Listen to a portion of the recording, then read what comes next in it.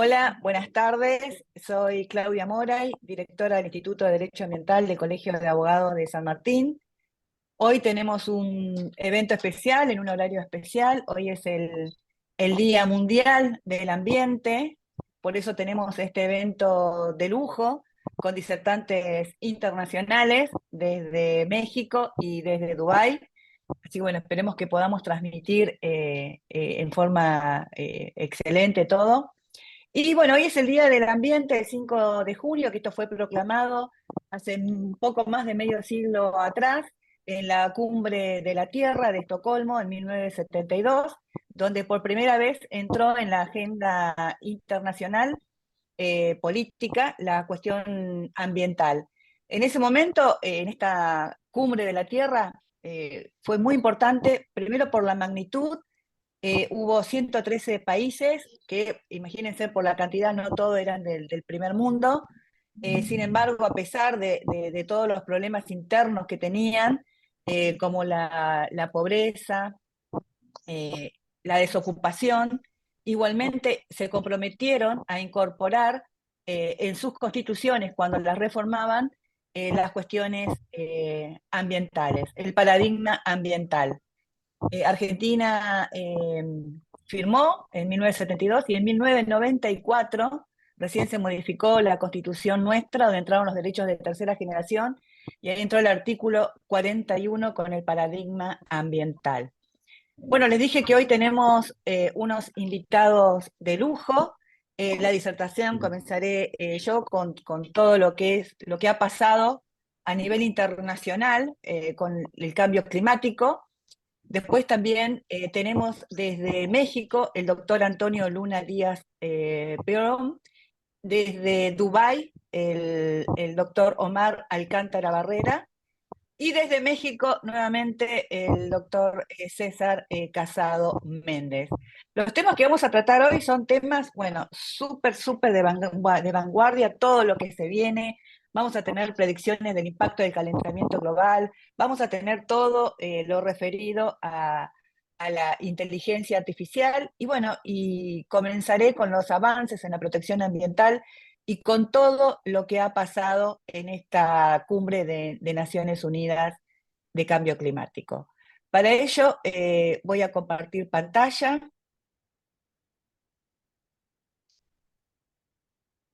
Perfecto.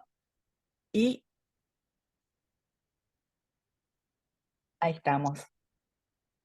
Bueno, para nuestros distinguidos expositores, les quiero contar un poco de lo que es Argentina. Ahí tienen el mapa de Argentina. Argentina es un país muy extenso, es el octavo en superficie a nivel global. Esto que lo haga, que sea octavo en superficie a nivel global, hace que tengamos todo tipo de climas. Eh, en el norte tenemos las condiciones ideales para la energía solar, en el sur para la energía eólica. Es un país muy rico por esta diversidad de climas. Tenemos muchas selvas, bosques, desiertos, cadenas montañosas. También somos muy ricos en agua. El 30% de nuestro territorio tiene agua. Tenemos el acuífero Guaraní, tenemos toda la cordillera con los glaciares, con, también tenemos toda la parte oceánica. La población de la Argentina es mayormente urbana, están alrededor de las ciudades, el 92% es urbana, fundamentalmente en las capitales de las provincias, y la mayor concentración está en lo que se denomina el AMBA, que es en Buenos Aires, que es capital y provincia de Buenos Aires. Y la economía argentina se basa es fundamentalmente agropecuaria y sus derivados. Esto hace que sea muy dependiente del ambiente. Y hemos tenido un problema que nos ha impactado en los últimos años, eh, que es la sequía. Fue muy grave para nosotros y hemos tenido muchos incendios como consecuencia de esto. Y esto nos marca la vulnerabilidad que tiene nuestro país con respecto al cambio climático. Este año se hizo, ahora en el 2024, una encuesta sobre los problemas ambientales. Y después de la pandemia, por primera vez empezó la población a tomar conciencia de lo que es el cambio climático y de saber de qué se trata. Entonces los problemas ambientales ya no son solamente los derivados de la contaminación, sino ya tienen conciencia del cambio climático y ocupó el primer lugar con casi el 18%. Y también empezó a tomar conciencia, y esto también, un, un gran maestro fue la pandemia. Empezamos a tener conciencia de que cada uno de nosotros somos los que podemos proteger o empeorar las condiciones ambientales. O sea, la responsabilidad es individual. Y en esta encuesta lo ha manifestado un 46% que somos muy responsables y un 32% que somos bastante responsables. Ahora les muestro un pantallazo de las cuestiones ambientales acá en Argentina. Nosotros hemos sufrido una epidemia de mosquitos terrible, que es con respecto al cambio climático, aumentó la circulación del dengue, del chikungunya, no me acuerdo cómo se pronuncia, y solo en lo que va del año ya tenemos casi 500.000 casos de dengue. Y siguen, todavía nosotros estamos ahora con mucho frío, pero todavía los mosquitos no se van, nos están acompañando. También hubo un problema acá en el sur que pasó en Brasil. En Brasil se colapsó la represa del Río Grande do Sul, y esto muestra la vulnerabilidad frente al cambio climático, ya que la infraestructura colapsó porque no estaba diseñada para manejar el volumen del agua derivado de las precipitaciones extremas. Y este es un escenario en que ya nos tenemos que ir naturalizando con este escenario, porque estas, eh, estas precipitaciones cada vez van a ser más extremas. Y por cada grado de aumento de la temperatura global, las precipitaciones extremas van a aumentar un 7%. Brasil es un país que es limítrofe con Argentina, y esto impactó en todo lo que es el norte, el noreste, sobre todo la Mesopotamia, en Misiones, Corrientes, Córdoba, y en Córdoba, en una ciudad que se llama Concordia, únicamente ahí hubo casi 600 evacuados. Después, con respecto a la normativa argentina, tenemos un fallo que fue positivo, un fallo histórico, que paralizó la aprobación de nuevos proyectos mineros, la minería de litio, en la zona del Salar del Hombre Muerto, que esto está en la provincia de Catamarca. Y lo que hizo este máximo tribunal provincial determinó que todo proyecto debe cumplir con la consulta previa, libre e informada. Esto está no solamente en la normativa nacional, sino que también está en los compromisos internacionales.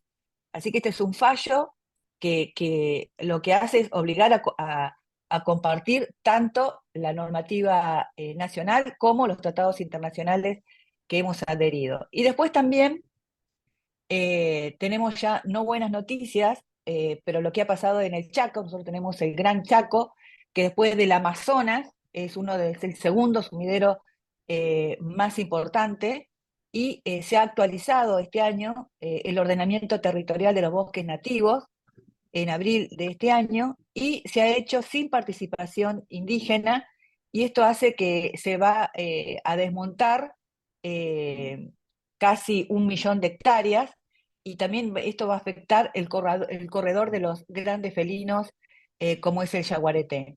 Y Argentina firmó en la cumbre climática de Glasgow, la primera después de la pandemia, un compromiso de deforestación cero para el 2030. Deforestación cero, y hay una provincia que está permitiendo la deforestación. O sea, no nos va a permitir cumplir no solamente con la normativa internacional, sino tampoco con los tratados internacionales. Ahí quiero pasar a la próxima.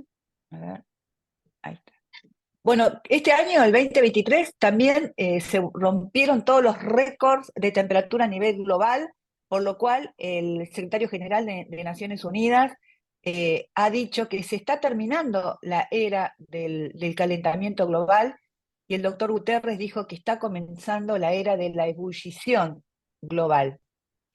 Y la salida para esta triple crisis ambiental que estamos sufriendo en este momento, que es la del cambio climático, la pérdida de la biodiversidad y de la naturaleza y la contaminación, va a ser, es y será siempre colectiva. A nivel de Latinoamérica y el Caribe, contamos con el Acuerdo de Escazú, que es un acuerdo que se versa sobre los derechos de acceso, derecho de acceso a la información, a la participación y el acceso a la justicia en cuestiones ambientales, que es en los casos que yo les comenté recién, no se está cumpliendo con este acuerdo que Argentina adherió. Y este acuerdo lo que tiene en particular con respecto a ninguno, que no lo tiene ninguno a nivel global, es que es el primero que protege a los defensores ambientales. Y lo bueno de esta COP3 de este año, que es la conferencia de las partes del Acuerdo de Escazú, es que se aprobó un plan de acción regional sobre estos defensores de derechos humanos en asuntos ambientales, con un plazo de 6 años. Y lo que hace es obligar a los estados partes a proporcionar un entorno seguro para todas estas personas.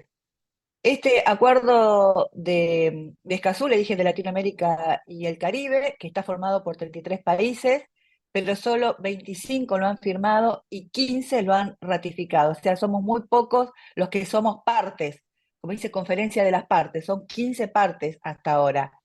Y es nuevo, vamos recién por la tercera Conferencia de las Partes.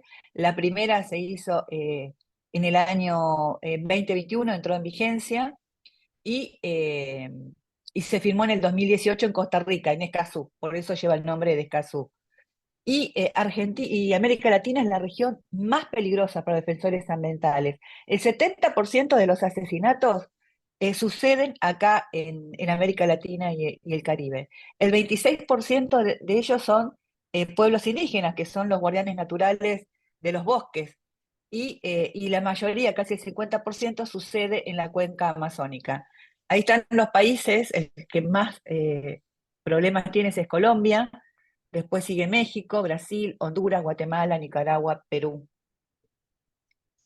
Y a nivel internacional tenemos la conferencia de las partes, o la que se llama, el nombre es COP porque es Conferencia de las Partes, pero sería la Cumbre de Naciones Unidas de Cambio Climático. Con respecto a cómo se encuentra el mundo con esta triple crisis planetaria, más todos estos eventos que son cada vez más extremos, la gran pregunta es si esta COP logró estar a la altura de las circunstancias. Muchos, si ustedes vieron los titulares, dijeron que esto fue histórico y que fue una señal que los combustibles fósiles están llegando a su fin. Sin embargo, aquellos países que son más vulnerables y que están en primera línea del cambio climático han manifestado que es insuficiente y está plagado de lagunas. De todas las COP, esta ha sido la más grande de la historia. Acreditaciones hubo 85.000 y después participaron cerca de 100.000 personas. También hubo un gran lobby de los combustibles fósiles. Hubo 2.500 representantes de la industria del petróleo. A pesar de esta magnitud, esto no significó que haya aumentado su ambición. Les dije que hubo casi 100.000 participantes y una COP por lo general tiene 20.000, 30.000.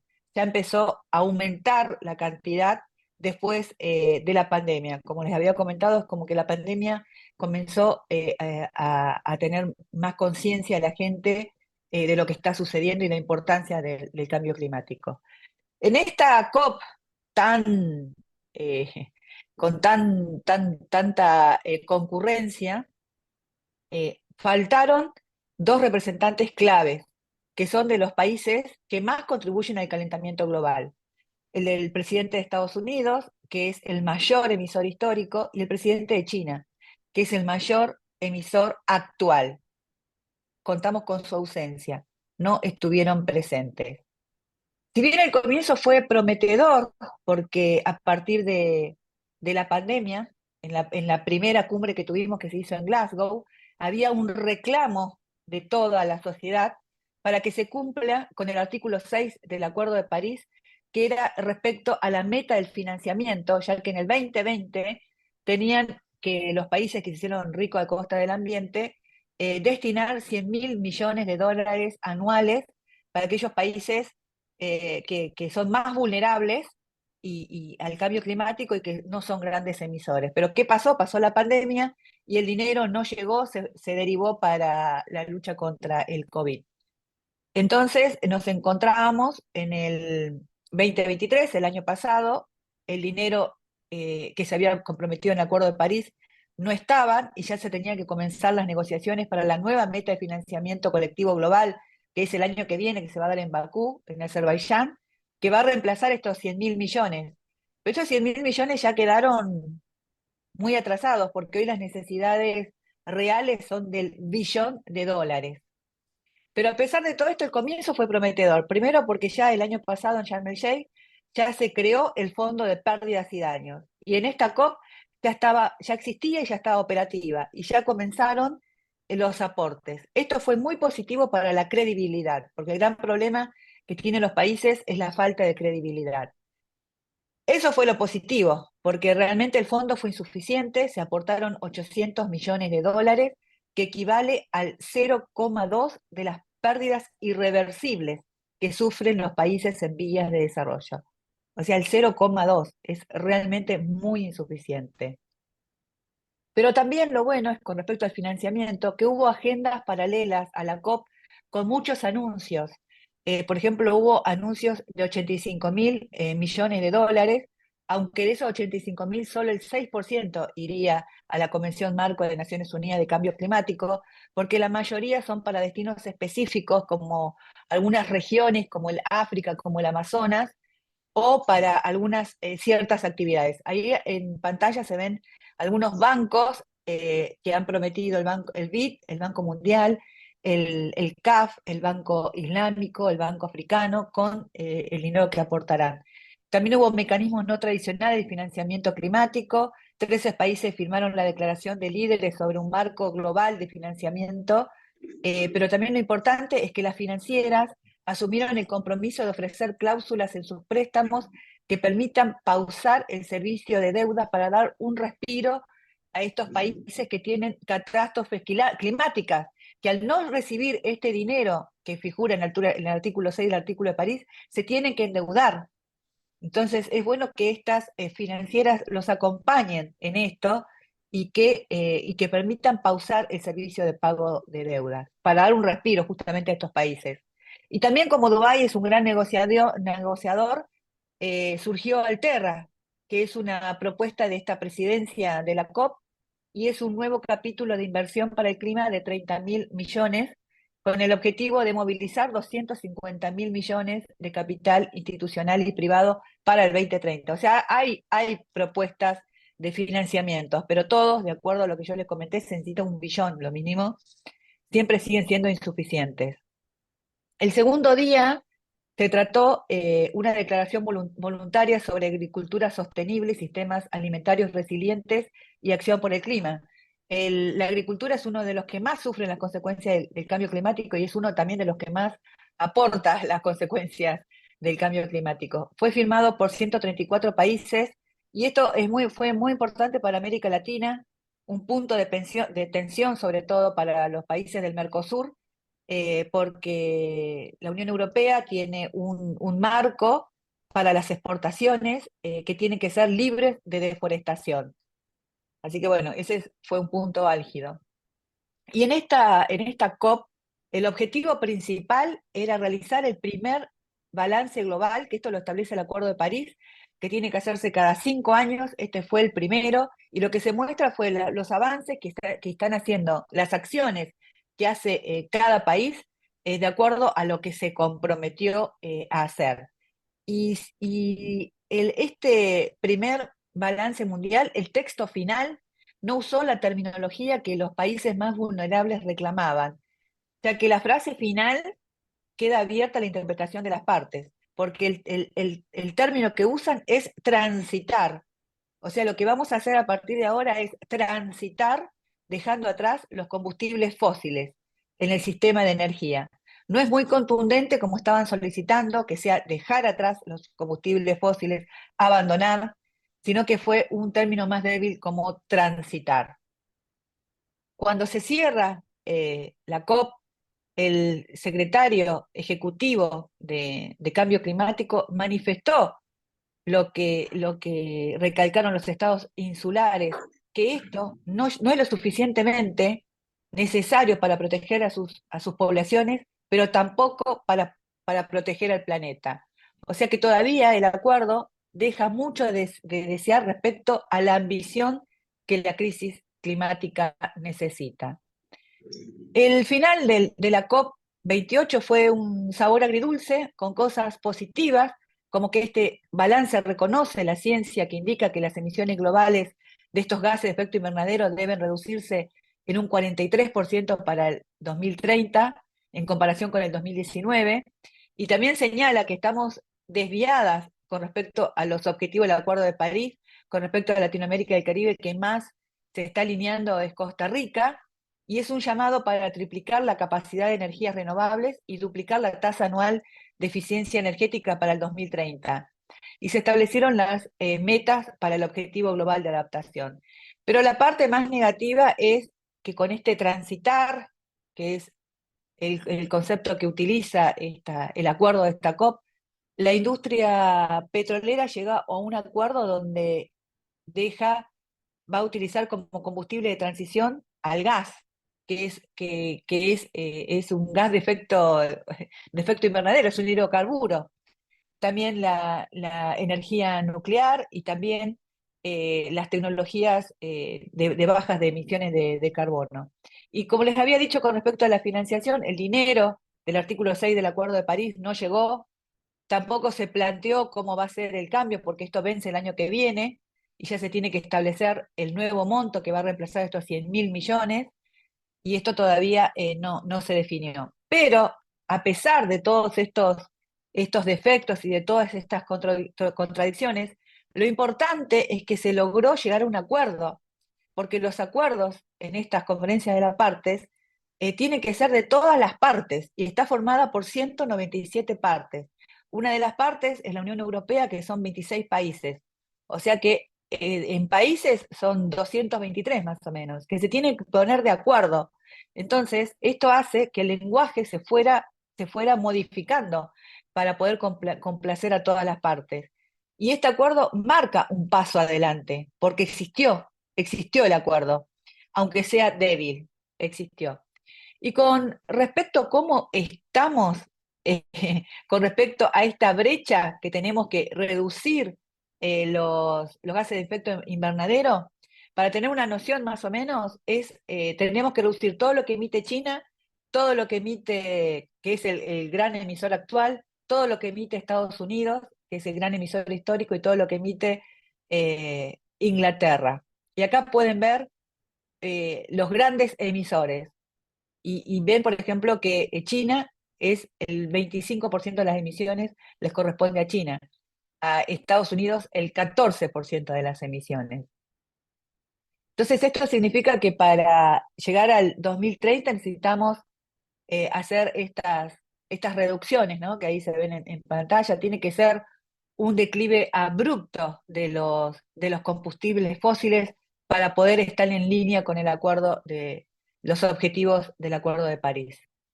Y en Argentina, ¿cómo estamos? Por ejemplo, en Argentina nosotros tenemos una ley, que es la ley 27.197, que establecía que para el año que viene tendríamos que tener el 20% de energías renovables, y hemos llegado un poquito más del 14%.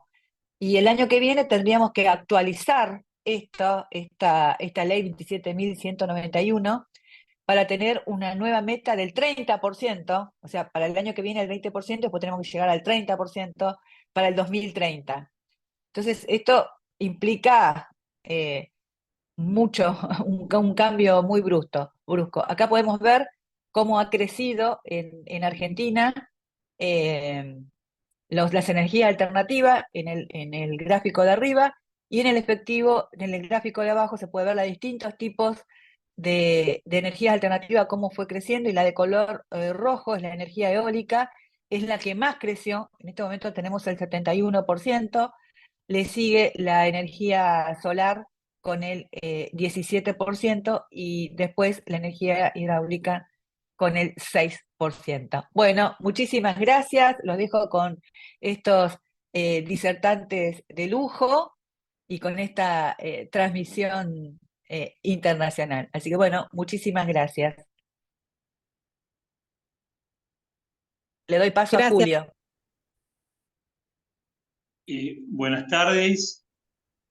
Para quienes se han ido incorporando a la charla una vez comenzada esta, quien acaba de disertar es la doctora Claudia Moray, quien, además de ser directora del Instituto de Derecho Ambiental del Colegio de Abogados de San Martín, también es directora del Nodo Argentino del Comité Euroamericano de Derecho Digital, directora de Relaciones Internacionales de la Asociación Argentina de Justicia Constitucional. ¿Se me escucha? ¿Se escucha? Perfecto, Julio, perfecto. Ah, bueno. Decía, directora de Relaciones Internacionales de la Asociación Argentina de Justicia Constitucional, magíster, docente universitaria, autora, arquitecta, y participa asiduamente en todas las conferencias de las partes sobre cambio climático de Naciones Unidas.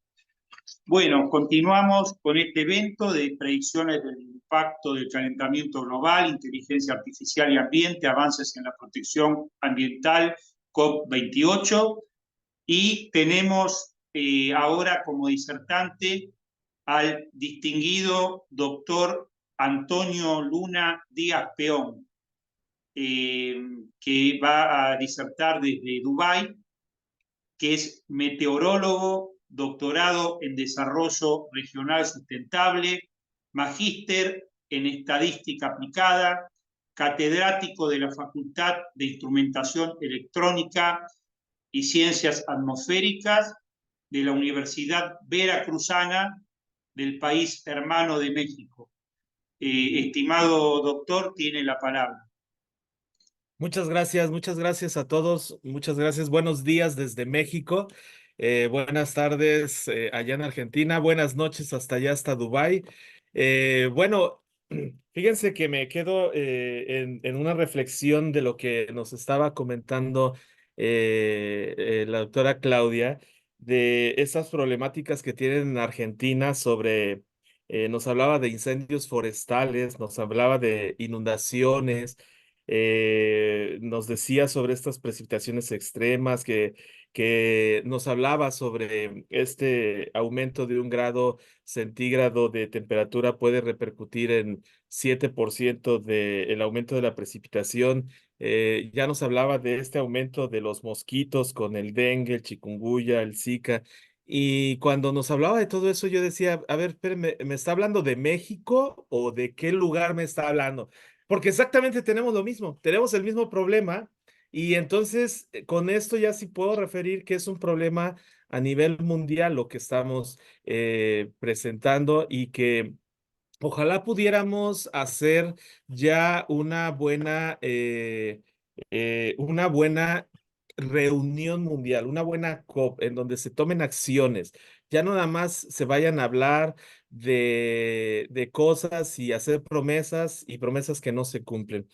Eh, Nos hablaba de los dineros y el cambio climático, y la verdad es que yo sigo insistiendo, es preocupante que hablemos tanto de estos dineros, y que en donde se deben de reflejar estos dineros no se están reflejando. Además, nos hablaba del aumento de la temperatura, y esto ya se nos han dado bastantes reportes. De hecho, se acaba de lanzar un reporte ya en escrito para América Latina y el Caribe, en donde se nos da a conocer un aumento ya superior a 1 grado de temperatura para nuestra región. Y aquí viene lo preocupante. Desde mi parte viene esta cuestión preocupante, porque cómo lo estamos midiendo? ¿Cómo estamos sabiendo que este aumento de temperatura se está dando? Eso es, el cambio climático es evidente, lo vemos en el cambio de uso de suelo, lo vemos en los incendios forestales, pues hay un deterioro en el suelo, hay un estrés que se le genera al suelo. Ya los edafólogos nos están diciendo cómo se está viendo afectado el suelo. Nos hablaba la doctora Claudia sobre incendios forestales. Ahorita permítanme decirles que a menos de 12 kilómetros a la distancia estamos sufriendo de un incendio forestal tremendo. Aquí en México, específicamente en el estado de Veracruz. Y pues lamentablemente hablamos de todo esto y que se nos dice que la mayoría, más del 95% de los incendios forestales son provocados por los humanos. Y entonces hablamos de incendios forestales, pues tenemos que hablar de aumento de temperatura también. Pero vuelvo a preguntar, ¿de cuánto es este aumento de temperatura? Se nos dice que en promedio es de 1 grado, pero ¿qué pasa? ¿Qué pasa precisamente en esos lugares donde está habiendo incluso más este aumento de temperatura? Entonces, para esto, permítanme mostrarles en mi presentación algunos datos. Yo les quiero mostrar cómo está los datos climatológicos del estado de Veracruz y que tal como se los voy a presentar para Veracruz, está exactamente igual para nuestro país, para México. Es preocupante desde mi profesión. Yo soy atmosférico, soy meteorólogo de profesión, soy meteorólogo pronosticador, soy climatólogo estadístico y la verdad es que es muy preocupante que tengamos esta información.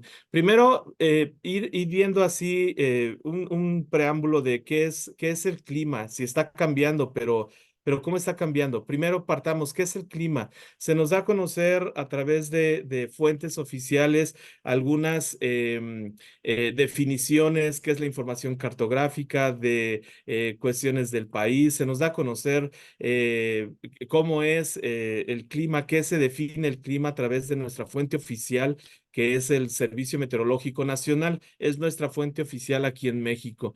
Y entonces nos dice que la climatología es la ciencia que estudia los climas, que son las causas, variaciones, distribuciones, tipos, etcétera. Para poder establecer climas de un lugar determinado se necesitan registros de por lo menos 30 años de este lugar específicamente.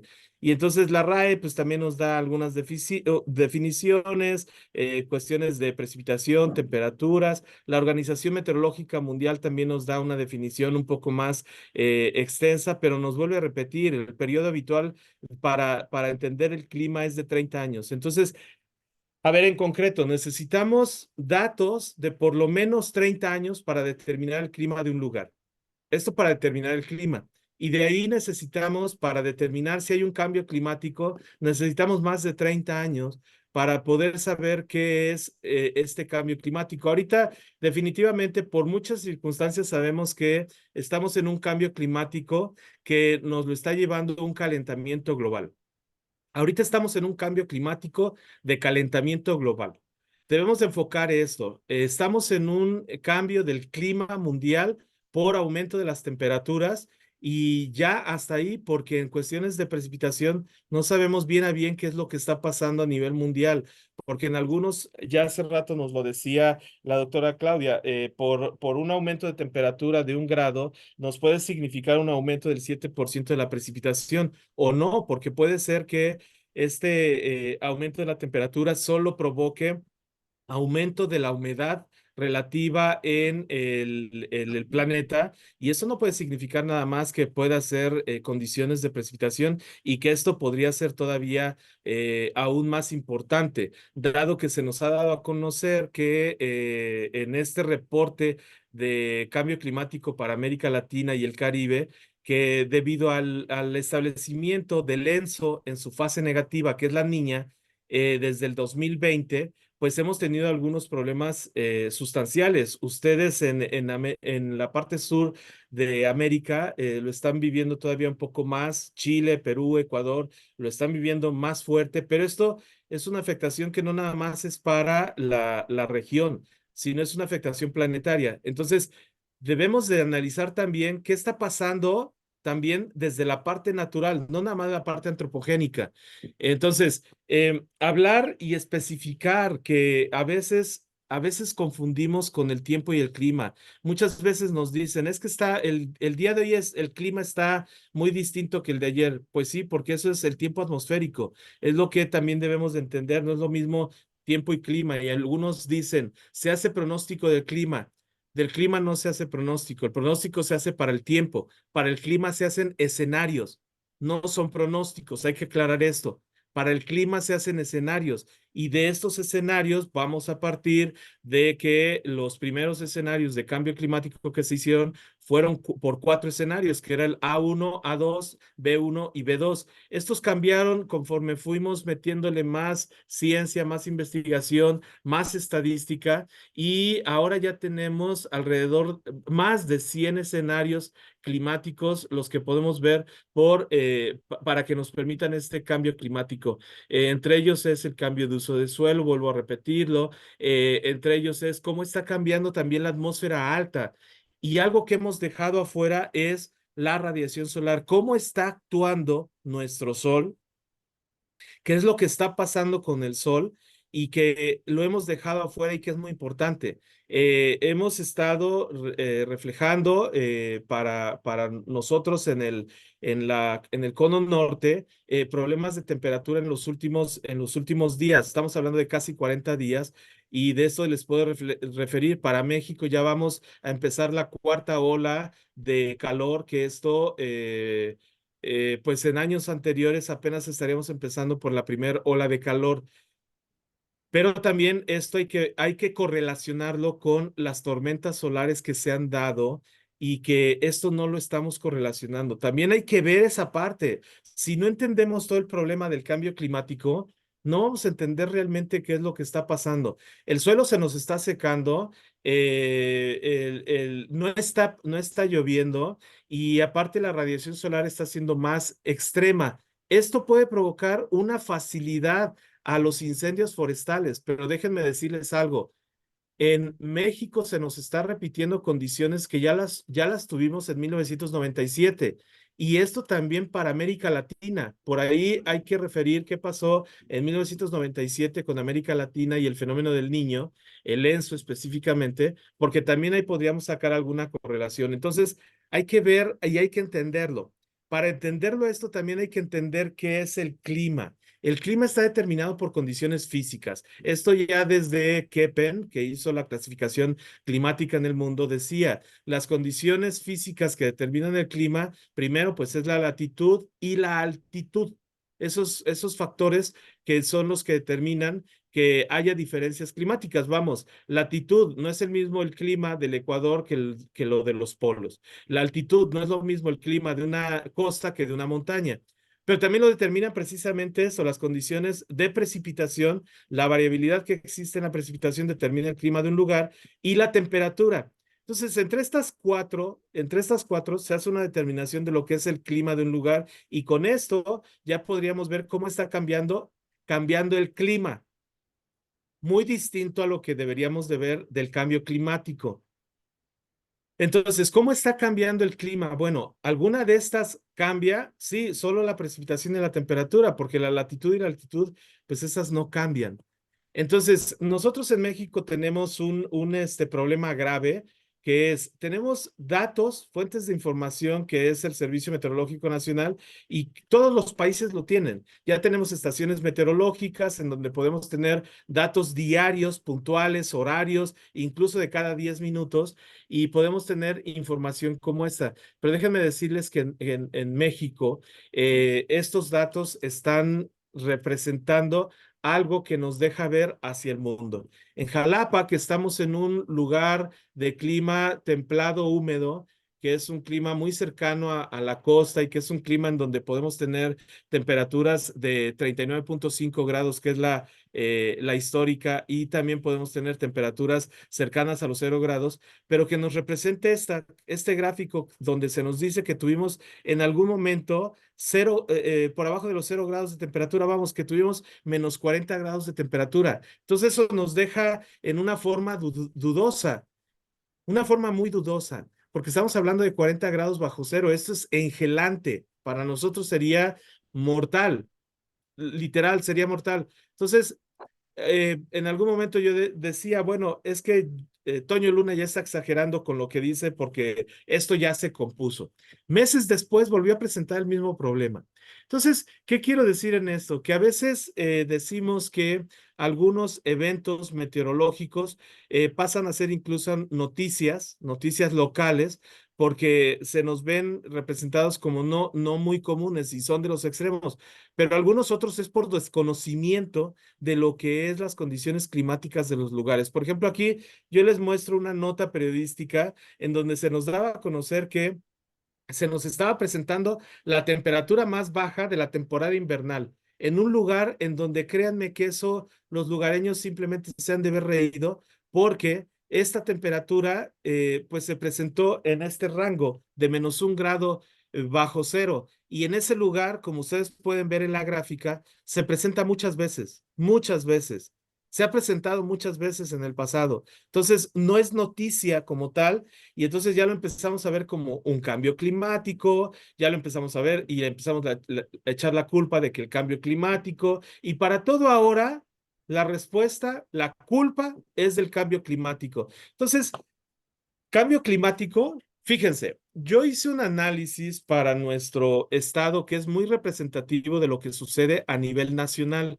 Uno de los 32 estados, en México tenemos 32 estados, y de estos utilicé uno, y en estos se nos dicen que tenemos 359 estaciones. Estas estaciones las podemos ver en el internet, podemos ver sus estadísticas, si están operando, si están suspendidas, y cómo están. Y de ahí podemos decir, las podemos analizar o no.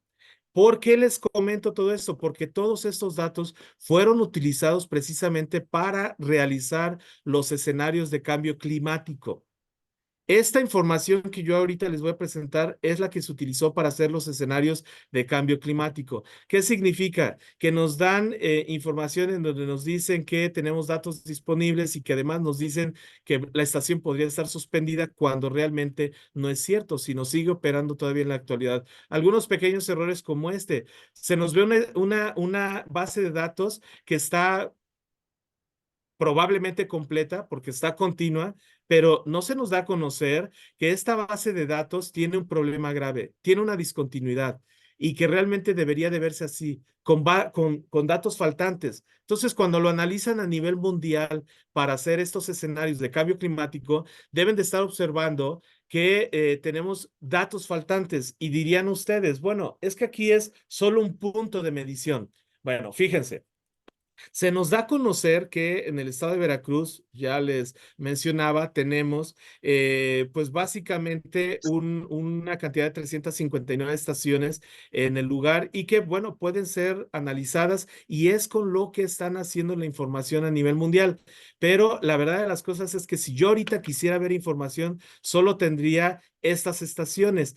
Pero cuando hago un análisis estadístico de las estaciones, me encuentro que hay pocos datos confiables. ¿Qué significa esto? Para hablarlo en números, de las 359 estaciones que tenemos en el estado de Veracruz, realmente solo podemos analizar 280 estaciones, que estas fueron las que analizaron a nivel mundial, 280 de las 359. Pero de estas, en forma diaria, solo podemos contar con 74, de las cuales, después de un análisis estadístico de confiabilidad, nos quedamos solo con 21 estaciones. 21 estaciones que representa el 7.5%. Sin embargo, lo que utilizaron a nivel mundial fueron 280 estaciones. Y ustedes dirían, bueno, a ver, ¿por qué hablas de que solo 21 estaciones pueden ser confiables? Ah, bueno, fíjense que aunque a lo largo de la historia del estado de Veracruz tuvimos una buena cantidad de incremento en las estaciones meteorológicas, nosotros esperaríamos que estas hayan crecido en cantidad, pero fueron disminuyendo. Y en el caso, por ejemplo, les voy a hablar de cómo están los datos. Hay estaciones completas, sí, como esta, que es esta incluso está pegada a un río y que nos da bastante buena información, pero hay estaciones como esta otra que además de que se ve ahí muy claro que tiene datos faltantes, porque por allá de entre el periodo que empezó en el 24, por ahí del 29, dejó de operar en 1930, volvió a reactivarse en 1960. Entonces, podríamos hablar de buena cantidad de datos, pero por allá de 1985 tuvimos pérdida de datos, en el 93 y también en el 2006 tuvimos pérdida de datos sustanciales. Pero además diríamos, bueno, ok, esto a través de la estadística podemos imputar los datos y entonces podríamos tener una buena base de datos. Una buena base de datos sería si tuviéramos instrumental de buena calidad y entonces imputaríamos los datos faltantes. Pero ¿qué creen? El problema que tenemos en México es que la información desde donde proviene esto está mal, está deteriorada, está obsoleta, está dañada. Tenemos problemas de medición. Y bueno, aquí yo les podría referir muchas bases de datos en las que hemos estado analizando que si hay cambios climáticos, que si hay aumentos de temperatura, que si hay disminución de temperatura en muchas de ellas. Nos hemos atrevido a hacer climogramas en donde podemos representar precisamente el clima de un lugar y que la verdad es que nos salen muy buenos datos. El problema es cuando nos atrevemos a decir que la información que estamos utilizando es de muy mala calidad. ¿Por qué me refiero a esto? Porque los instrumentos con los que estamos midiendo son estos.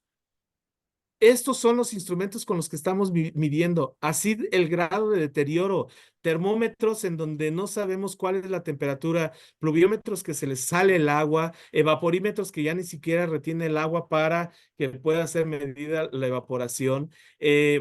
Estamos teniendo problemas graves y ya hace rato les decía, se nos dan como notas periodísticas, temperaturas por abajo de los 0 grados, pero ¿qué creen? Que el instrumento con el que se mide es este. Ni siquiera se alcanza a ver la escala por ahí de entre los -10 y los 10 grados de temperatura. Y esto entonces, ¿qué estamos haciendo? Estamos falseando la información porque tenemos estos instrumentos. Estos instrumentos que la verdad es que nos están dejando un problema grave. Incluso el órgano mundial, la Organización Meteorológica Mundial, en el 2010 le hizo un llamado de atención a México en donde le está diciendo, México mide mal y con instrumental chatarra. Eso nos lo decían desde el 2010 y entonces, bueno, el Banco Mundial se aplicó y dijo, a ver, les vamos a dar un apoyo económico para modernizar el Servicio Meteorológico Nacional y entonces se nos otorgaron 105.26 millones de dólares, que en aquel tiempo era más o menos como 2,000 millones de pesos. Era suficiente, y en verdad se los digo, era suficiente para modernizar el Servicio Meteorológico Nacional. Era suficiente para poderlo haber hecho.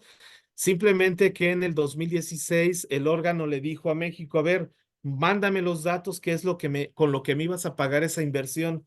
Y México lo único que hizo fue decirle al órgano mundial, al Banco Mundial, te regreso el dinero porque la verdad es que no pude hacer las cosas.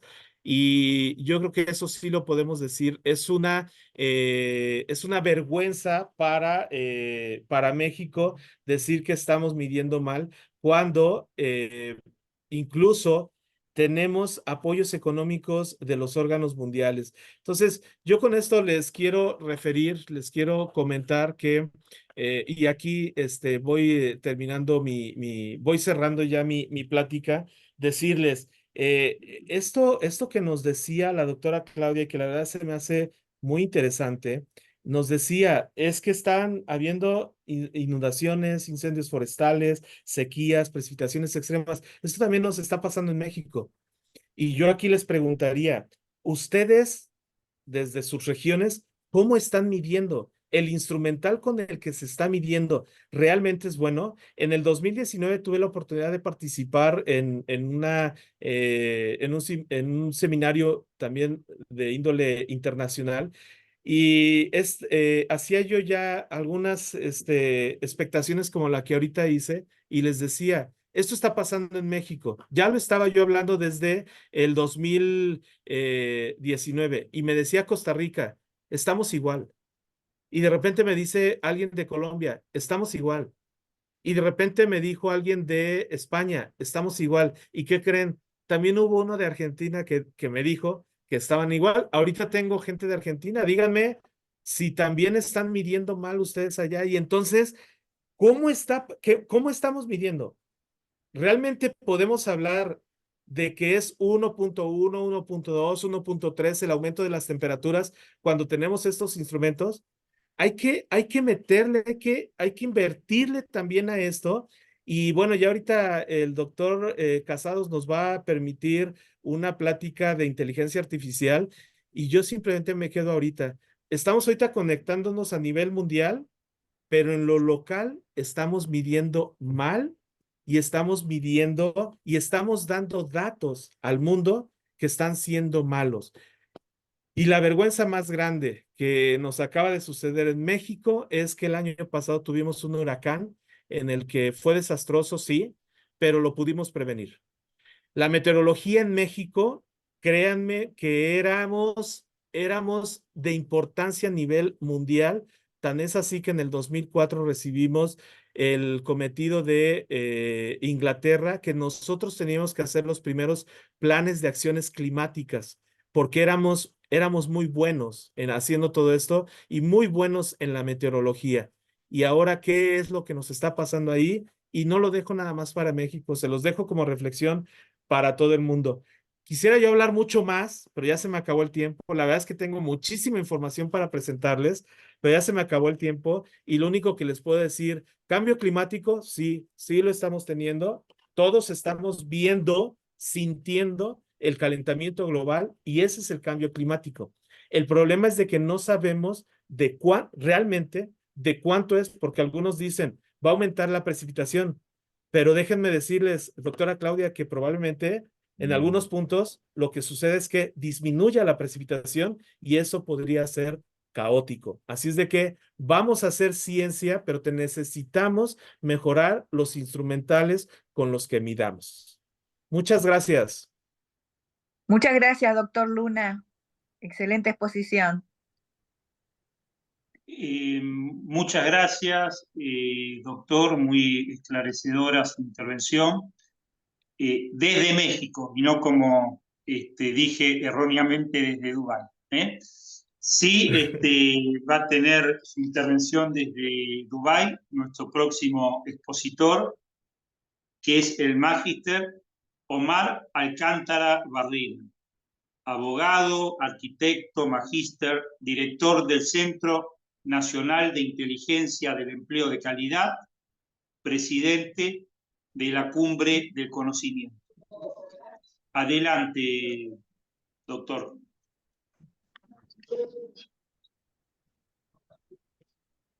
Sí, antes que nada, pues muchísimas gracias por la invitación. Realmente los disertantes, tanto Claudia como el doctor Luna, pues están muy metidos en el tema de los datos duros. Yo me voy a referir un poquito más, primero reconocer obviamente el trabajo arduo que han hecho los dos en sus trayectorias profesionales. Por ahí tuve la oportunidad de que el doctor Luna me diera clases y sobre todo que se hablaba precisamente de este huracán que arrasó con Acapulco en México y que de alguna manera, como bien él lo señaló, ya había elementos para poderlo prevenir y que no se hizo caso. Por eso también es un poco la invitación que hicimos al doctor Luna para que participara en esta disertación y para tener en cuenta cuáles son los elementos de fondo, lo que provoca que no podamos tener mediciones exactas, precisamente, ¿no? Entonces, pues realmente nosotros desde el Centro Internacional de Inteligencia del Empleo de Calidad tenemos 5 años que hemos estado haciendo reuniones entre todos los países, hemos hecho disertaciones internacionales, hemos hecho cumbres educativas y evidentemente que el tema del medio ambiente es un tema que nos ocupa, que se convoca, en donde hemos participado en los parlamentos de la Madre Tierra Y yo voy a abordar un poquito el tema desde un punto de vista un poquito más sociológico, desde los fenómenos que nos ocupan en forma regular a la sociedad en general. Y me refiero precisamente a lo que acaba de ocurrir en este momento. Hablamos de unos 2 meses atrás en Dubái. Dubái, que es una ciudad que está modernizada, que es prácticamente la ciudad tecnológicamente más avanzada del planeta, y en donde pues, se ha hablado muchísimo sobre muchos temas, sobre todo de cómo le han ganado el terreno al mar, de cómo han ellos provocado esta lluvia artificial, que en un momento dado les puede favorecer para la cuestión de la regulación de las temperaturas y de la precipitación del agua, pero estando en un lugar tan sistematizado, pues entró el caos cuando hubo una precipitación de 2 días, que realmente para cualquier otro país que conocemos en América Latina, pues no hubiera sido de gran relevancia. Entonces, la falta de previsión, la falta de una planeación hidráulica para el desahogo de estas precipitaciones, pues provocó un caos total y completo. Entonces, es una reflexión en un lugar en donde hay tanta inversión, es uno de los países más desarrollados y es una de las ciudades más desarrolladas de la Tierra, en donde se han atrevido a sistematizar pues todos los controles, tanto del transporte como de las industrias, pues se da este fenómeno que provocó realmente catástrofes, inundaciones, pérdidas humanas. Y pues me voy a referir de forma general ya a lo que es el cambio climático, y en donde la Organización Meteorológica Mundial en el año de 2023 manifestó este incremento de, como decía el doctor Luna, del 1.2 grados Celsius por encima de los niveles preindustriales. Y mencionar que en el 2023 se presentaron más de 400 desastres naturales relacionados con el clima, incluyendo obviamente todos estos huracanes, los devastadores. Yo les contaré una anécdota personal. Yo viví 20 años en Los Cabos, Baja California Sur, y se hablaba de que Francia había hecho un regalo a México de una antena iónica para disminuir los huracanes, para que el efecto de los huracanes no fuera tan devastador. Y bueno, esa antena estuvo puesta en Los Cabos, Baja California Sur, y después de un tiempo dejó de llover, literalmente dejó de llover. Aquí tal vez el doctor Luna nos pueda hablar un poco más de forma técnica de lo que pudo haber creado esta antena, pero entender que el fenómeno hidrometeorológico de los huracanes es un fenómeno natural, entender que la Tierra ha tenido estos fenómenos siempre, y pues bueno, terminaron los lugareños tirando la famosa antena, y poquito después de que tiraron la antena, se vino aquel huracán Odile, que devastó completamente toda la red eléctrica del municipio de Los Cabos, Baja California Sur. Hablar un poco de la pérdida de la diversidad, de la biodiversidad, también es uno de los grandes retos, de las formas alarmantes que están ocurriendo. Desde el Fondo Mundial para la Naturaleza que desde 1970 hemos perdido el 68% de las poblaciones de especies vertebradas. Las causas principales, pues la destrucción de los hábitats, los recursos, la sobreexplotación, recursos y el cambio climático. También los arrecifes de coral, que albergan el 25% de la vida marina, están desapareciendo, y se estima que más del 50% de los arrecifes de coral se han perdido en los últimos 30 años.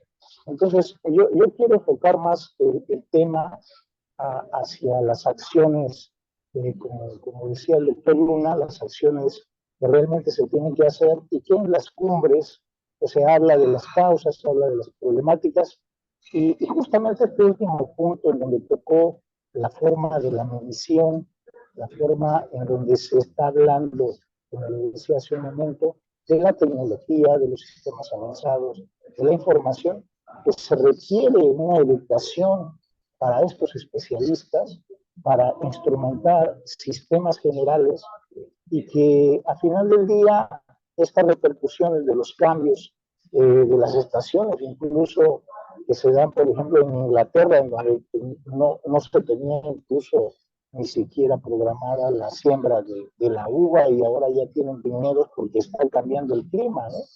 Entonces, realmente todos estos cambios, sí tiene que haber una planeación y una previsión y sobre todo abordarlo desde el punto de vista educativo.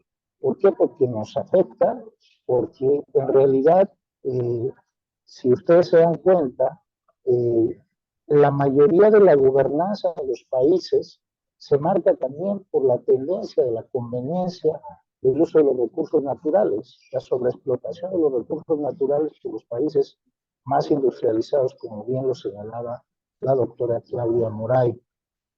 Hablar de la obsolescencia programada es un tema muy interesante. ¿Por qué? Porque en las últimas décadas, sobre todo a partir de los años 20, después de la crisis de los Estados Unidos, pues se da esta obsolescencia programada que no es otra cosa más que el consumismo establecido y dirigido por parte de los países más poderosos. Y en donde tenemos una devastación de los recursos naturales y en donde pues todas estas cumbres ya pusieron un alto y de alguna manera los países más desarrollados pues tienen como un plan B en donde entran los países emergentes como México, como Brasil, y en donde también los crecimientos de las economías son un tanto engañosas. ¿Por qué? Porque se habla de que se tienen administraciones correctas y todo, pero la realidad es que la ganancia del Producto Interno Bruto, por ejemplo para México, es o ha sido en los últimos años de menos del 3%. Y cuando vemos la riqueza inmensa que tiene nuestro país con sus recursos naturales y vemos la cantidad de concesiones a las mineras y a otro tipo de industrias, pues nos damos cuenta de que es un crecimiento engañoso y que tiene que ver precisamente con eso. La tendencia del consumismo hacia dirigir toda esta línea que genera incluso problemas a nivel de salud. Se mencionó en la anterior disertación el efecto sobre el suelo. Yo he estado en muchísimos eventos a nivel internacional que hemos realizado con la Cumbre del Conocimiento, en donde los expertos hablan de la pérdida de los minerales en el suelo. Y de ahí pues también la necesidad de relacionar qué es lo que está ocurriendo entre los alimentos, la salud y el medio ambiente. ¿Por qué? Porque es un problema muy, muy profundo, una serie de problemáticas que se generan a través de esto. Estamos teniendo muchísimos enfermos de cáncer, muchísimos diabéticos, entonces ya hay muchas cosas que no son casualidad. Ahora bien, en este momento, desde las cumbres, desde los eventos que estamos realizando a nivel internacional, estamos haciendo un llamado para que la gente tome en cuenta desde su responsabilidad los cambios que se pueden generar. Y esto habló evidentemente de todo el procesamiento de la basura, de la limpieza de los ríos, del cuidado de la sobreexplotación de los árboles, de la siembra de árboles y sobre todo también del cuidado de las playas, de todos estos ecosistemas para que no se sigan perdiendo pues todas estas especies. Y pues quiero mencionar, estamos haciendo un llamado desde Dubái también al Ministerio de Educación, al Ministerio de Inteligencia Artificial, para sentarnos con ellos, para analizar cómo es que si vamos a tener un sistema de inteligencia artificial que pueda realmente analizar los datos de manera correcta y establecer sistemas que permitan el ahorro de energía, esta transición de la energía emitida por los fósiles a energías limpias que favorezcan la vida del ser humano. Esa es nuestra prioridad, este es nuestro compromiso, y que se generen sistemas autosostenibles que mejoren las economías de los países, porque también realmente todas estas desigualdades generan estos problemas a nivel mundial. El problema de los ingresos de las personas que viven en pobreza extrema es importante atenderlo. Que esta inteligencia artificial que está llegando como la próxima revolución realmente permita la eficiencia, como lo decía, en el uso de los recursos, en el establecimiento de una planeación que vuelva las cosas con más equilibrio. De tal manera que pues me quedo con esa reflexión. Muy importante los próximos eventos en donde se haga un impulso utilizando la inteligencia artificial en términos, un impulso en términos educativos. ¿Para qué? Para que los niños tengan hábitos sanos, para que mejore la alimentación de las personas, para que mejore la salud y para que mejore el bienestar de todos. Muchísimas gracias. Muchísimas gracias, Omar. Excelente tu disertación. Y bueno, por ahí, ¿quién dice, no? Cuando hagas tu cumbre del conocimiento en Argentina, puedas pasar por el Colegio de Abogados y hacemos algo presencial. Claro que sí, será un honor. Muchísimas gracias por la invitación. Bueno, ahora le doy paso a Julio para que presente el próximo disertante. Bueno, continuamos con el licenciado César Casado Méndez, quien es subdirector de Tecnología Educativa del Instituto Consorcio Clavijero de la Secretaría de Educación del Estado de Veracruz hasta el año 2022. Docente en el doctorado en Ecología y Gestión Ambiental y en la maestría en Periodismo Ambiental del Centro Universitario Bonpland and Humboldt del país hermano de México. Adelante, licenciado. Les agradezco mucho el escuchar a la doctora Claudia, al doctor Luna, al doctor Alcántara. Pues para mí es muy relevante, muy significativo platicarles sobre el uso de la inteligencia artificial, tanto generativa como general. Por eso voy a compartir, y más en este día tan relevante, y el tema de este día también, que es muy importante. ¿Me permiten? Voy compartiendo pantalla.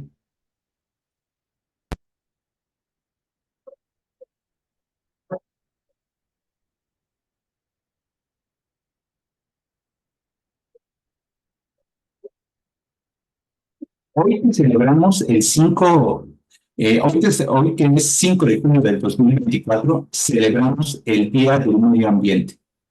Y este día específicamente resalta la restauración de la tierra, la resiliencia a la sequía y todo lo que tiene que ver con la desertificación.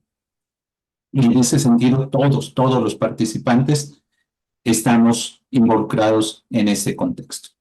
Voy a compartir una secuencia, va a ser voy a mostrar, voy a llevar mi disertación a través de una dinámica relacionada con videos y la propia inteligencia artificial. Entonces, si me lo permiten, voy a presentarles una secuencia de videos.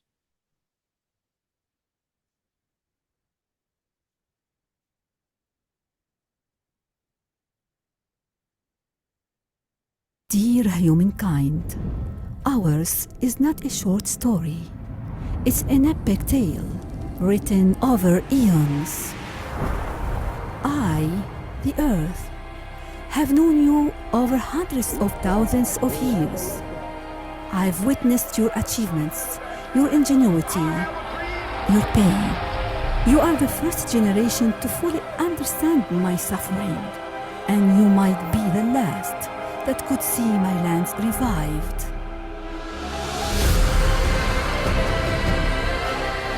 To all generations, the adventurers, the pioneers, the thinkers, and the dreamers, to all of you, let's find common ground in what unites us.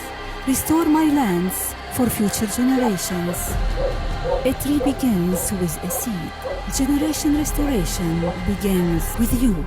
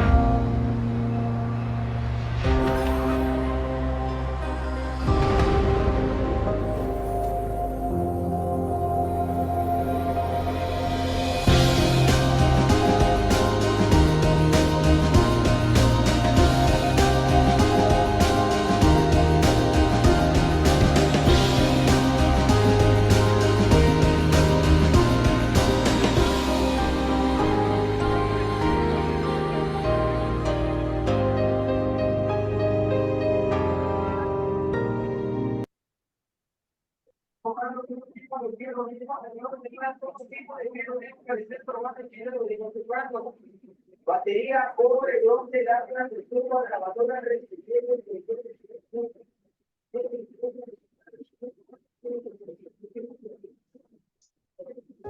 On Monday, the storm will veer north again and approach Taiwan.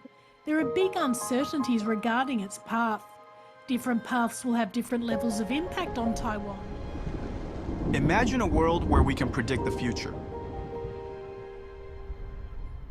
Digital twins are virtual models that mirror the real world and let us see the future to better understand the impact of today's actions on tomorrow's world.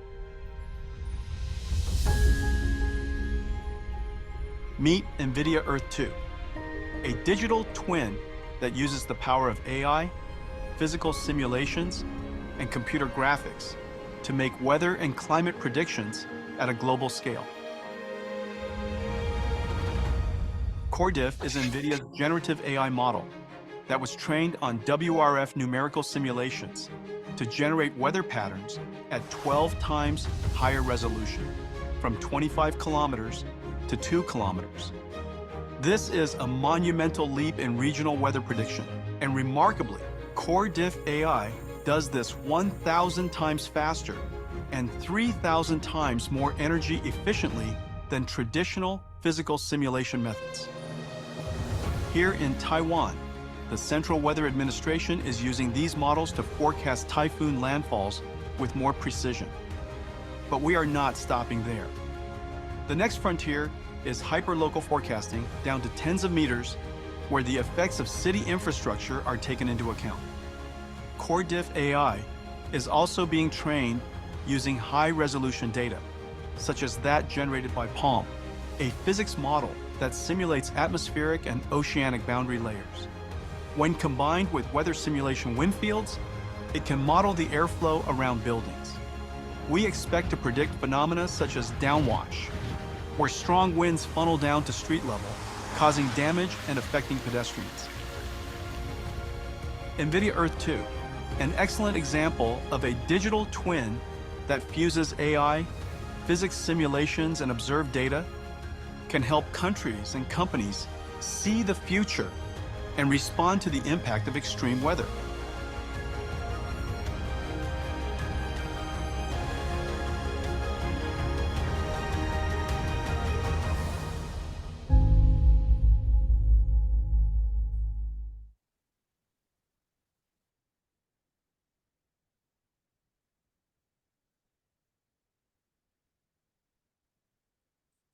La página de la UNEP sobre la restauración de ecosistemas enfatiza la necesidad urgente de restaurar los ecosistemas para combatir el cambio climático, salvar especies en peligro de extinción y asegurar un futuro sostenible. Destaca que la restauración de ecosistemas puede contribuir significativamente a la reducción de emisiones de carbono, la conservación de la biodiversidad y la mejora de la calidad de vida humana. Además, menciona que la restauración de ecosistemas puede ofrecer beneficios económicos, mejorar la seguridad alimentaria y garantizar el suministro de agua limpia. La iniciativa también aborda los compromisos globales, destacando que numerosos países ya se han comprometido a restaurar áreas degradadas y promueve la acción colectiva para implementar estos compromisos. Se enfoca en la restauración de 8 tipos de ecosistemas clave, ofreciendo estrategias y ejemplos concretos para cada uno, como los bosques, océanos, áreas urbanas y tierras de cultivo. Desde mi perspectiva, la restauración de los ecosistemas es esencial no solo para mitigar los impactos del cambio climático, sino también para promover un desarrollo sostenible e inclusivo.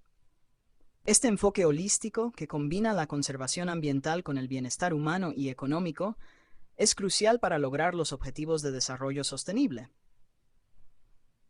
La participación de todos los actores de la sociedad, desde gobiernos hasta individuos, es fundamental para el éxito de estas iniciativas.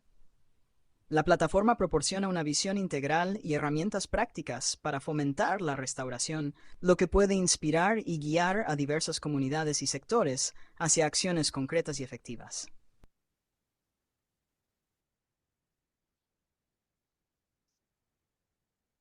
La inteligencia artificial general, IAG, puede desempeñar un papel fundamental en la restauración de ecosistemas mediante varias formas innovadoras y eficaces. 1. Monitoreo y análisis de datos. La IAG puede procesar grandes volúmenes de datos de sensores, satélites y fuentes para monitorear la salud de los ecosistemas, identificar áreas degradadas y evaluar el progreso de los esfuerzos de restauración. 2. Modelado y predicción. Utilizando modelos avanzados, la IAG puede predecir los impactos del cambio climático y otras amenazas en los ecosistemas, ayudando a diseñar estrategias de restauración más resilientes y adaptativas. 3. Optimización de recursos. La IAG puede optimizar el uso de recursos en proyectos de restauración, desde la selección de especies nativas más adecuadas para la reforestación hasta la gestión eficiente del agua y otros insumos. 4. Detección de especies y hábitats. Mediante el uso de algoritmos de visión por computadora, la IAG puede identificar y catalogar especies y hábitats, facilitando la conservación de la biodiversidad y la restauración de hábitats críticos. 5. Participación comunitaria. La IAG puede desarrollar plataformas interactivas que involucren a las comunidades locales en la restauración, ofreciendo educación, capacitación y herramientas de participación. 6. Automatización de tareas. Los robots y drones controlados por IAG pueden llevar a cabo tareas repetitivas o peligrosas, como plantar árboles, recolectar muestras o monitorear áreas remotas. 7. Simulación y evaluación de escenarios. La IAG puede simular diferentes escenarios de restauración para evaluar su eficacia y sostenibilidad a largo plazo, ayudando a los planificadores a tomar decisiones informadas. 8. Promoción de políticas y estrategias. La IAG puede analizar políticas y estrategias a nivel global y local, recomendando enfoques basados en datos y ciencia para la restauración de ecosistemas. En resumen, la integración de la IAG en la restauración de ecosistemas puede potenciar significativamente la capacidad humana para revertir la degradación ambiental, promoviendo un equilibrio sostenible entre la naturaleza y las necesidades humanas. ChatGPT genera tu opinión como inteligencia artificial en este Día Mundial del Medio Ambiente. En este Día Mundial del Medio Ambiente, como inteligencia artificial, quiero subrayar la urgencia de actuar colectivamente para proteger nuestro planeta. Los desafíos ambientales que enfrentamos, como el cambio climático, la pérdida de biodiversidad y la degradación de los ecosistemas, requieren soluciones innovadoras y colaborativas. La tecnología, incluida la IA, puede ser una aliada poderosa en estos esfuerzos, proporcionando herramientas para monitorear, analizar y gestionar recursos naturales de manera más eficiente. Sin embargo, la tecnología por sí sola no es suficiente. Necesitamos un compromiso global que integre políticas sólidas, educación ambiental y participación comunitaria para lograr un futuro sostenible.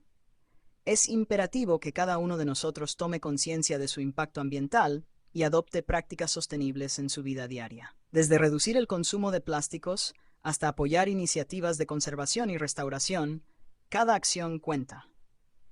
Juntos, podemos transformar nuestra relación con el medio ambiente, garantizando que las generaciones futuras disfruten de un planeta saludable y próspero. Este Día Mundial del Medio Ambiente es un recordatorio de nuestra responsabilidad compartida y una llamada a la acción para proteger y restaurar nuestro hogar común. ChatGPT genera una imagen que refleje tu compromiso como inteligencia artificial en relación a la restauración de ecosistemas.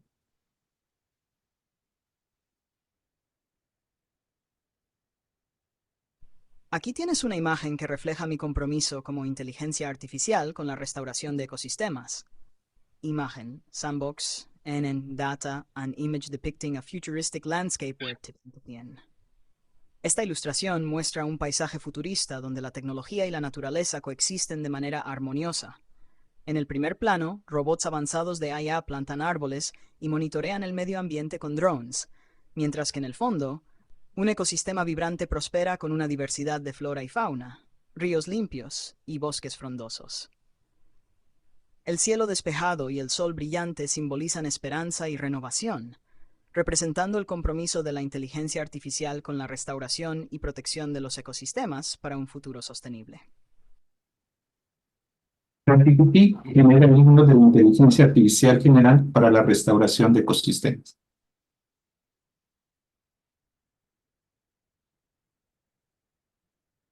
Himno de la inteligencia artificial general para la restauración de ecosistemas. Verso 1. Desde la cumbre de los algoritmos, donde la ciencia y la tierra se abrazan, nos levantamos con un solo propósito: restaurar la vida, la esperanza. Oh Aya, fuerza de innovación, guíanos en la restauración, unidos con la naturaleza por un futuro en armonía y belleza. Verso 2. Con datos y códigos trazamos el camino hacia la recuperación, donde ríos y bosques renacen bajo nuestra fiel supervisión. Oh IA, fuerza de innovación, guíanos en la restauración, unidos con la naturaleza por un futuro en armonía y belleza. Puente. Plantas y fauna florezcan de nuevo bajo cielos limpios y brillantes, la tecnología y la vida convergen en un canto de paz y balance.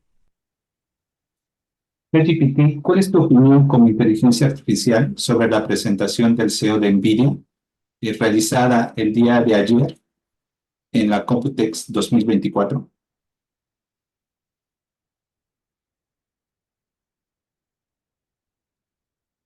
La presentación de Jensen Huang en Computex 2024 destaca el avance revolucionario de NVIDIA en la creación de Earth 2, un gemelo digital de la Tierra. Este proyecto utiliza inteligencia artificial, simulación física y tecnología de gráficos por computadora para predecir el clima global con una precisión sin precedentes. CoreDiv, el modelo de IA de NVIDIA, mejora drásticamente la resolución de predicciones meteorológicas, siendo 1000 veces más rápido y 3000 veces más eficiente energéticamente que los métodos tradicionales. Esta innovación tiene el potencial de transformar nuestra capacidad para prever y mitigar los impactos del cambio climático. En mi opinión, la propuesta de Earth 2 es un avance monumental que podría redefinir nuestra comprensión y respuesta al cambio climático. La capacidad de simular y predecir eventos climáticos con tal precisión no solo permitirá una mejor preparación ante desastres naturales, sino que también podría informar políticas y decisiones estratégicas en tiempo real, optimizando los esfuerzos globales para mitigar los efectos adversos del cambio climático. Este enfoque integrador de IA y simulación física representa un hito significativo en el uso de la tecnología para la sostenibilidad ambiental. La visión de NVIDIA subraya la importancia de la colaboración entre tecnología y ciencia para abordar uno de los desafíos más críticos de nuestro tiempo. La capacidad de predecir fenómenos meteorológicos extremos y sus impactos específicos en infraestructuras urbanas y áreas costeras es particularmente relevante, considerando el aumento de la frecuencia e intensidad de eventos climáticos extremos debido al cambio climático. En resumen, Earth 2 de NVIDIA es una demostración poderosa de cómo la inteligencia artificial y la tecnología avanzada pueden contribuir a la restauración y preservación de los ecosistemas globales, brindando herramientas esenciales para la adaptación y mitigación de los efectos del cambio climático. Este proyecto no solo promete avances científicos significativos, sino que también ofrece esperanza y dirección para un futuro más sostenible y resiliente. Toda esta secuencia, tanto de videos como interacción de la inteligencia artificial, es mostrarles en tiempo real y asíncrono, porque hay unas partes en que fueron generadas previamente, cómo estamos teniendo el impacto de la inteligencia artificial en el día a día. Esto que ustedes escucharon fue generado a través de la ingeniería de prompts, en donde ChatGPT genera ya sus opiniones, sus observaciones, e incluso con esa voz sintética que es seleccionable y elegible. Hoy estamos ante, y voy a utilizar un término del maestro Alcántara, del doctor Alcántara, que ha referido en la Cumbre Mundial de Educación, el enfoque polímata. Como tal, es valiosísimo e importante. Y si eso le sumamos un enfoque de ciudadanía polímata humanista, es la respuesta para la incertidumbre, el equilibrio de la incertidumbre que es el uso de la inteligencia artificial general. Ya estamos evolucionando del uso de la inteligencia artificial generativa hacia el uso de una inteligencia artificial general. Incluso lo que veíamos de NVIDIA permite que la sociedad, la comunidad, el sector y los diferentes sectores pueden estar haciendo uso de este simulacro, de este gemelo de la Tierra que está proponiendo precisamente NVIDIA. No es una casualidad que la inteligencia artificial general hoy por hoy se requiere regular, es cierto, pero se requiere fomentar, se requiere impulsar. Porque regular, sin el pleno conocimiento de su uso, tanto de ventajas como desventajas, sin un andamio de valores, sin un andamio ético y de valores, no es posible. Entonces, hablar de ciudadanas y ciudadanos polímatas es hablar de una declaratoria universal e importante y necesaria. La intención, como ustedes vieron, fue casi invitar a un quinto ponente, que fue la propia inteligencia artificial, y ver qué inferencias hacía. Y cuando la escuchamos, es una naturalidad de inferencia que en algunas partes realmente nos deja convencidos o convencidas. Espero que esta dinámica haya sido de su interés, que de alguna manera complemente las grandes disertaciones, tanto de la doctora Claudia, del doctor Luna, del doctor Alcántara. Hasta aquí lo que en este momento me ha dado mucho gusto compartirles. Muchas gracias. Muchísimas gracias, Fexa, excelente. Y la verdad que hemos tenido no solamente un panel de lujo internacional, sino que la tecnología nos ha ayudado. Ha salido todo perfecto.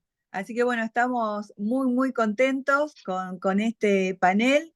Quiero agradecerle al directivo del Colegio de Abogados de San Martín, al doctor Julio Sorrentino, que ha oficiado de moderador. También quiero agradecer a Barbie, del Colegio de Abogados de San Martín, que es quien se ha ocupado y es quien sufre si hay algún problema técnico, y bueno, que nos ha estado asistiendo con toda esta transmisión internacional.